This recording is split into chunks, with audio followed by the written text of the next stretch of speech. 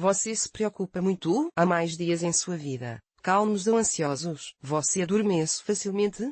Se você já se pegou pensando que está cansado de se preocupar o tempo todo, talvez queira ler sobre o transtorno de ansiedade generalizada, uma condição que milhões de pessoas em todo o mundo enfrentam. Neste artigo, você aprenderá sobre os principais sintomas do distúrbio, o que há em nossas vidas que mantém essa doença sob controle, e quais são os tratamentos disponíveis. Qual é a diferença entre a ansiedade normal e a ansiedade patológica? Com moderação, a ansiedade é útil. Se nossos ancestrais tivessem se sentido relaxados em uma floresta selvagem ou entre estranhos, provavelmente teriam sido comidos há muito tempo. E ainda hoje, a ansiedade na véspera de exames ou de uma entrevista de emprego importante nos ajuda a nos recompor e a trabalhar. Em outras palavras, a ansiedade é um sinal de que é hora de ficar esperto. Mas se a ansiedade surgir não para os negócios, mas por qualquer motivo insignificante, se ela não estimular a ação sensata e paralisar, então ela se degenerou em patológica. Essa última não nos ajuda mais a navegar pelo mundo e a lidar com as tarefas, mas apenas complica a vida. Quando a ansiedade se torna tão grande que ocupa a maior parte do nosso tempo,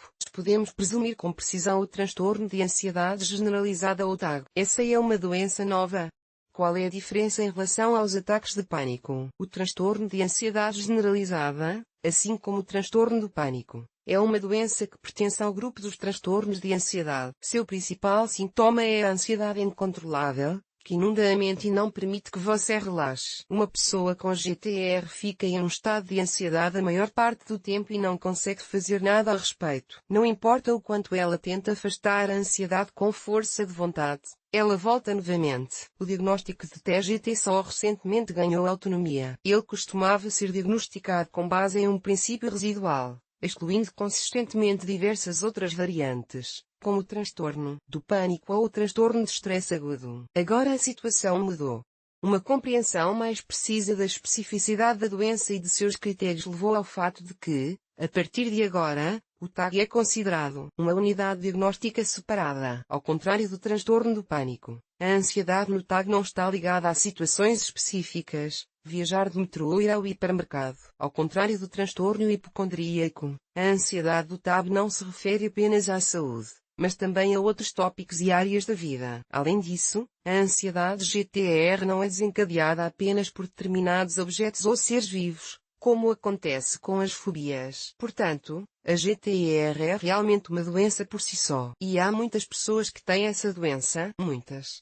De acordo com várias fontes, o transtorno de ansiedade generalizada afeta até 8% da população mundial, e esse número tem aumentado lentamente nos últimos tempos. Quem se enquadra no grupo de risco? Em primeiro lugar, as mulheres com 20 anos ou mais, que moram em cidades grandes, têm 2 vezes mais probabilidade de sofrer de TGT do que os homens. Aqueles de nós que sofreram a morte de um dos pais no passado, cujos familiares imediatos sofrem de transtornos de ansiedade, que foram criados em ambientes superprotetores ou que têm um histórico de abuso precoce também estão em risco. O GTR apresenta outros sintomas além da ansiedade flutuante, aumento ou aceleração dos batimentos cardíacos, tremor ou calafrios, sudorese, sensação de boca seca não relacionada à desidratação ou ao uso de medicamentos, dificuldade para respirar, sensação de sufocamento, dor ou desconforto no peito, náusea ou desconforto abdominal, por exemplo, queimação no estômago,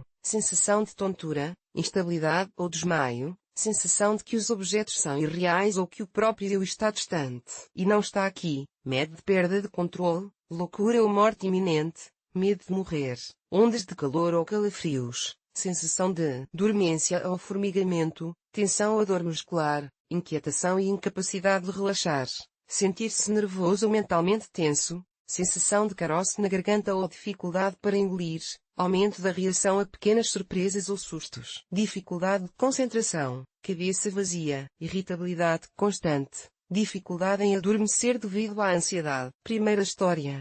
M, de 30 anos, que trabalha como contadora em uma pequena empresa, está ficando até tarde no escritório com cada vez mais frequência. Parece-lhe que há imprecisões no trabalho que ela fez e que os documentos devem ser verificados novamente. Exausta, com dor de cabeça, ela finalmente vai para casa e, durante todo o caminho, Se pergunta se o chefe perceberá seu erro, e se ele perceber e quiser demiti-la, será que ela conseguirá encontrar um novo emprego? Será que a pobreza não está esperando por ela, em casa? Amy é atormentada por novas ansiedades. Ela passa muito tempo em serviço e, portanto, não consegue ser uma boa mãe. E se ela estiver perdendo algo importante de seu filho, Amy vai para a cama à meia-noite em um estado de fadiga extrema, mas ainda não consegue dormir por muito tempo devido ao influxo de pensamentos inquietos. Não é de se admirar que ela mal tenha energia para sair da cama pela manhã. Segunda história. Anne, um aluno do segundo ano, está muito animado pensando na próxima sessão. Ele acha que, quando tirar um bilhete, esquecerá imediatamente toda a matéria e será expulso do instituto. Ele também se preocupa com frequência com o fato de não parecer confiante e competente o suficiente entre seus colegas de classe e de não ser atraente aos olhos das meninas. Ao pensar em seu futuro, Anne prevê uma série de fracassos e está quase convencido de que não será capaz de lidar com eles. Essa ansiedade constante muitas vezes faz o estômago de Anne revirar e sua boca ficar seca, e às vezes parece que seu coração está batendo muito alto e muito rápido. O transtorno de ansiedade generalizada pode ocorrer em uma criança? Sim, pode.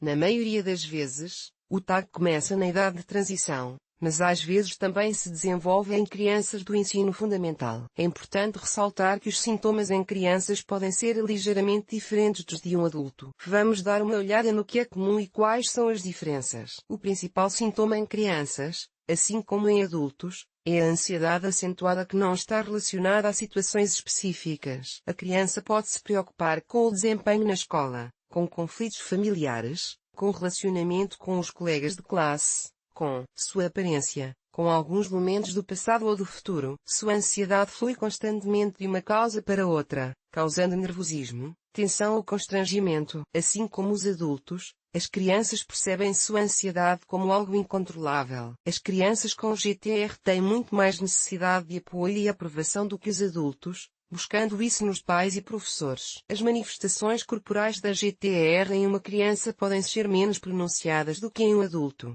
No entanto, elas geralmente incluem uma variedade de dores abdominais, dores de cabeça, vontade frequente de ir ao banheiro, suor excessivo, boca seca, dificuldades respiratórias e tensão muscular, problemas para adormecer, sensação de que o sono sempre é insuficiente, irritabilidade, explosões de raiva, exaustão rápida, perda de apetite ou tendência a comer demais, desobediência, hostilidade. Não quero assustá-lo, mas as perspectivas dele não são boas. Em primeiro lugar, é provável que a GTR se torne crônica e seja incômoda ao longo da vida, intensificando-se e tornando-se um pouco mais fraca. Em segundo lugar, há um risco considerável de que o distúrbio, em um momento não muito bonito, seja acompanhado de depressão, e isso geralmente acontece. Em terceiro lugar, a fadiga e a ansiedade provocam o relaxamento com a ajuda do álcool. E então é uma curta caminhada até a dependência do álcool. A ansiedade constante impede que você trabalhe bem. Se uma pessoa está em constante tensão e sofre de insônia, a fadiga crônica torna-se a sua companheira constante.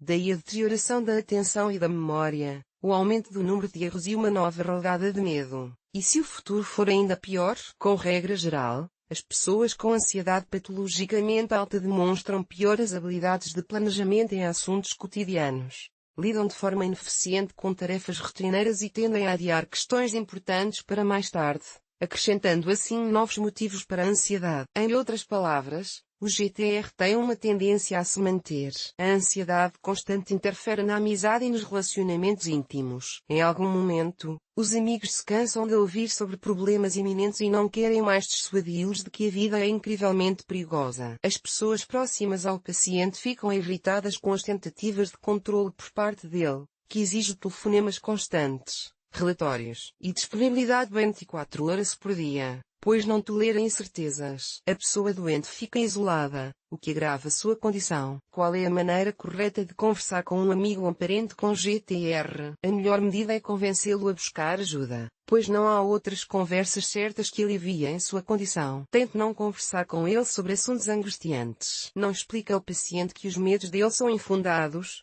isso é inútil e, mais ainda, você não pode se juntar aos medos dele. Também não deve concordar com o desejo do paciente de controlar você e sua agenda. Se houver, basta dizer que está triste com o fato de a ansiedade dele ser forte, que vê a necessidade de intervenção médica, mas que não está pronto para apoiar a doença reorganizando sua vida, porque o número de pessoas que sofrem de GTR está aumentando. Um dos motivos para o aumento da ansiedade são as condições da vida moderna com seu ritmo acelerado, a quantidade de informações negativas na mídia, a contradição entre a atitude de uma pessoa bem-sucedida tem tudo sob controle e o fato de que, na realidade, nossa influência sobre os eventos ao redor é muito limitada. O culto ao poder e à juventude eterna que reina na sociedade também desempenham um papel importante. Recusar-se a reconhecer o fato de que o tempo é irreversível e que a velhice e a morte esperam por todos nós não nos torna mais felizes, mas muito mais ansiosos, pois somos forçados a esconder medos compreensíveis e sentimentos de vulnerabilidade por trás de uma fachada impecável. Também vale a pena considerar o contexto familiar.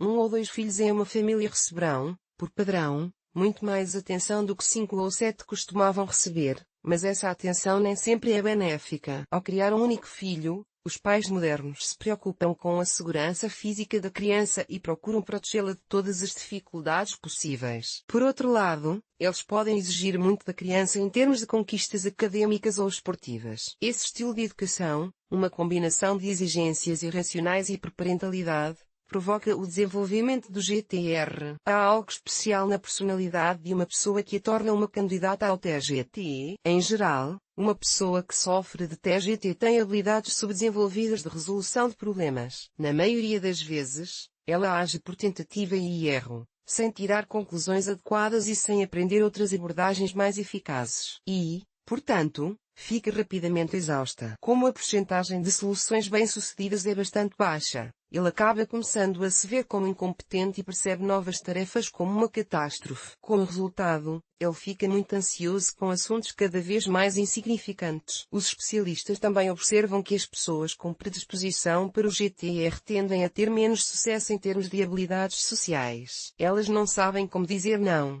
não toleram bem as críticas, não percebem com precisão as outras pessoas e têm dificuldade de entender como elas próprias se apresentam do lado de fora. É por isso que o TGT é frequentemente combinado na mesma pessoa com a fobia social, ansiedade patológica em situações sociais. Outro ponto importante é a atitude ambivalente da pessoa em relação aos sintomas de aumento da ansiedade. Por um lado, ela fica deprimida e assustada por não conseguir lidar com sua ansiedade. Ela se pergunta se está ficando louca, teme que um dia não consiga lidar com o influxo de pensamentos assustadores. Suspeita que a ansiedade constante prejudica a saúde e traz eventos ruins. Minha preocupação constante me ajuda a prever os perigos. Assim, posso me preparar melhor para eles e enfrentá-los com mais eficiência. Se estou constantemente preocupado com meus entes queridos, então sou uma pessoa sensível e amorosa. As únicas pessoas que não se preocupam são aquelas que são insensíveis e indiferentes. Se você parar de se preocupar,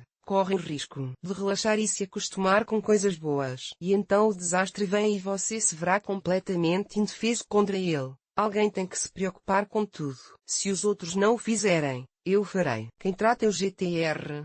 Psiquiatras e psicoterapeutas cognitivo-comportamentais. E é melhor começar com um psicoterapeuta. Depois de conversar com você e oferecer-lhe alguns testes, ele avaliará a sua condição e, se necessário, recomendará consultar um psiquiatra para obter apoio medicamentoso. Mas nem sempre é esse o caso. Muitos casos da TGT podem ser curados apenas com psicoterapia, sem medicação. Porque a psicoterapia cognitivo-comportamental, porque ela provou ser altamente eficaz no tratamento do TAG e agora é considerada a terapia de primeira escolha. Então, o que acontece no processo de psicoterapia cognitivo-comportamental? No decorrer da terapia, o paciente aprenderá a viver sem ansiedade por meio de uma série de pequenas etapas. Essas etapas têm como objetivo reavaliar seus próprios pensamentos, fortalecer sua capacidade de tolerar a incerteza, desenvolver habilidades de enfrentamento e muito mais. Talvez o maior benefício dessa terapia não seja apenas o fato de a doença desaparecer,